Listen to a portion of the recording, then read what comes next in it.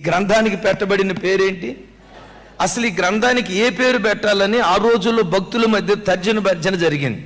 ఒక ఆయన అన్నాడు ఇది ప్రేమ గ్రంథం అని పెడదామన్నాడు. ఒక భక్తుడు అన్నాడు ఇది ప్రేమ గ్రంథం వాస్తవమేనయ్యా, దానికి మించి దీనికి పరిశుద్ధ గ్రంథం అనే పేరు పెడితే సరిపోద్దయ్యా అన్నాడు.